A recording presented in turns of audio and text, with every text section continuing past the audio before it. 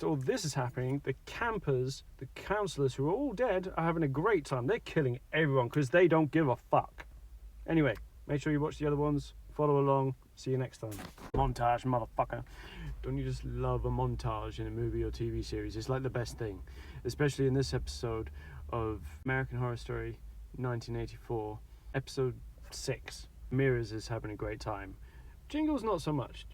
Ramirez is literally killed 11 people in a year. This is where it takes off. 11 years after the events of the previous episode, where everyone gets arrested or gets killed. They're going crazy. First they're in France, then they're in Mexico. It's not really disclosed, but that's what it looks like. And then they're just going at it. Well, Ramirez is. Jingles ain't having so much fun at the moment. So what he does is he snitches. Because his picture, because Ramirez's picture is up in the newspapers, he points it out to the locals, and they just go at him. They chase Ramirez down the street and gets beaten the hell out of.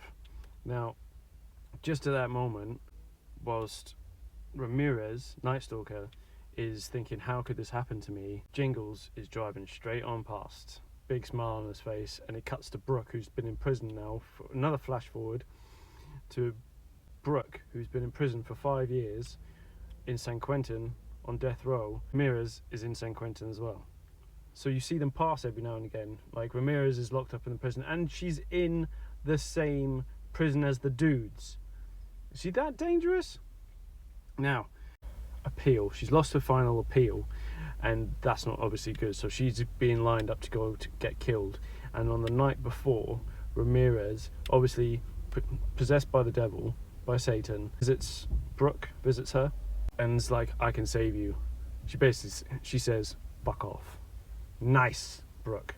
Now it cuts to, she's being put on the table, she's getting a lethal injection, but you don't see the executioner's face. Obviously, I don't know what it is with death row, but you just don't see the face. Now, you see the executioner push the injections in, and Margaret and Trevor, who are now married, are watching, and they watch, she dies, and then it cuts to their backstory. So the last time you see it, Trevor got stabbed. Now, wakes up in the hospital and missed his heart by like a few millimeters, and Margaret's there in the hospital with him, and so he blackmails her and says, you've come off on, because Margaret stabbed herself. She's now a massive mogul who improves murder-suicide places, like including Manson's house. It includes Briarcliff Manor, which is where the second season Asylum was filmed and located, so it's all interconnected. And she does them up, and that's made her a lot of money. And now Trevor's married, they're in it together now, and they've been banging, but Trevor hates it. Trevor, from telling the backstory of Trevor and Margaret, how they got together, it cuts to Brooke being saved by Rita, because Rita has now explained that she wants to put good in the world of what happened and what she did, and she can't ever atone for it, so she's trying to help Brooke out. She basically made her OD and bring her back to life slowly, so she's coming out of withdrawals, so Rita's saving her doing that. As the execution is happening, flashback to Ramirez, he escapes by the devil possessing a guard and letting him out. And whilst that is happening, Jingles has escaped to Alaska and started a new life. He's got married, he's got a kid called Bobby, and they're just living a nice little comfortable life.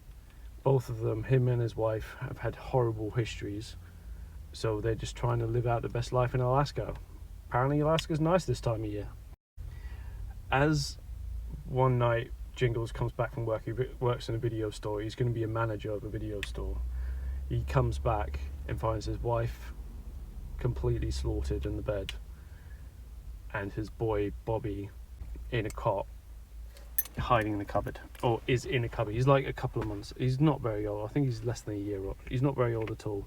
He then realises that I can't escape my history, I can't escape my life, so I have to go back to Camp Redwood. So Jingles gives Bobby to his sister-in-law and tells them, I can't escape my life, I need to look after my son, so I'm going back to Camp Redwood.